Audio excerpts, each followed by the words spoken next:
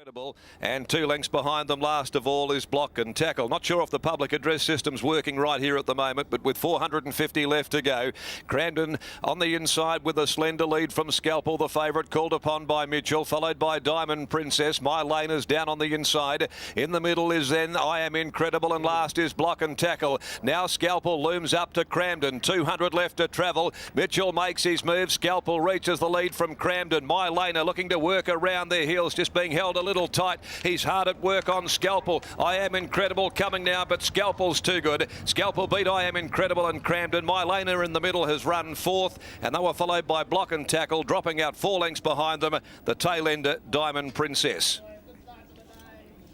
Not sure whether or not the public address system did work. Maybe it did, maybe it didn't. Anyway, it's on, and everyone's looking up here. So I'm assuming not. All right, well, Scalpel gets the money in the first for the day. Scalpel by Snippet Sun, trained by Simon Miller, ridden by Aaron Mitchell. Takes out the Kieran Magumi handicap. Race 1 of the day from I Am Incredible, ridden by Stephen Parnham, and Cramden down on the rail, Troy Turner.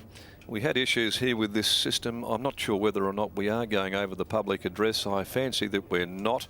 We had the same issues here on Wednesday, and they're ongoing again today. So we can't do too much there for the unfortunate paying public who come along. But this is something that, well, it certainly tested everyone's patience there Wednesday, and we've got the same issue again this afternoon. So for those that are looking up into the broadcasting box saying, yeah, well, turn the mic on. It's on, people.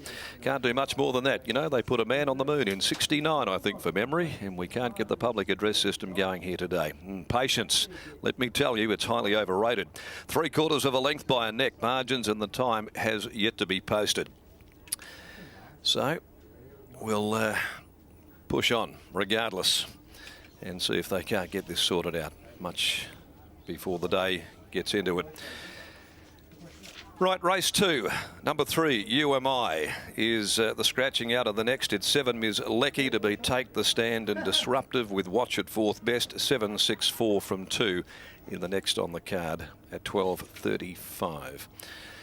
Not sure whether it's worthwhile heading downstairs or not. We can only but give it a go. Anyway, we'll see if Adam's down there on track. Adam, I'm not sure if you can hear us from up here in the broadcasting box, but if you can, take it away.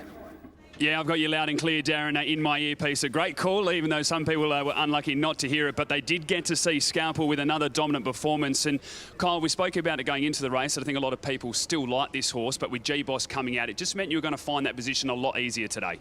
For sure, Adam. It was just one less to beat as well, so the hardest part about this today was actually getting him to the gates. Last couple of runs he's been quite difficult to get on in the mounting yard, and he sort of lost it a bit, but he was a lot quieter today with the earmuffs on, and we got him round, and it was a good win. That's a positive, isn't it? I mentioned in the preview that this is still a very immature horse that's just improving with each run and each experience at the track.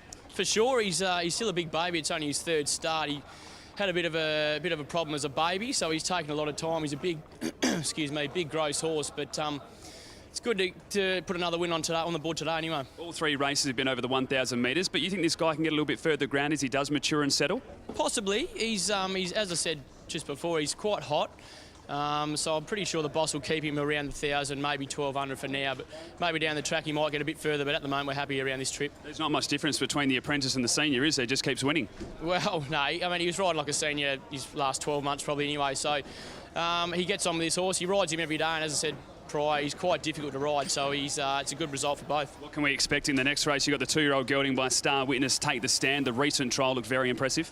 He's a good horse, this bloke. He's a big, gangly 2-year-old, and we always knew if he had to turn a foot, he was going to make the grade.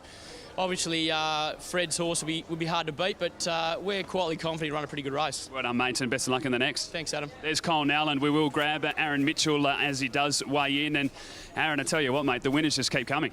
Yeah, I was pretty confident today with this horse. He does a lot wrong, obviously, as you can see before the race, and sort of gets himself a little bit hot, but it was good to see him win. I mentioned just then with Kyle that you still would have been pretty confident even with G-Boss in the field, but it coming out just meant you were going to be able to find that position without having to do as much work early? Yeah, correct. Look, I would have been happy to lead or sit outside the leader.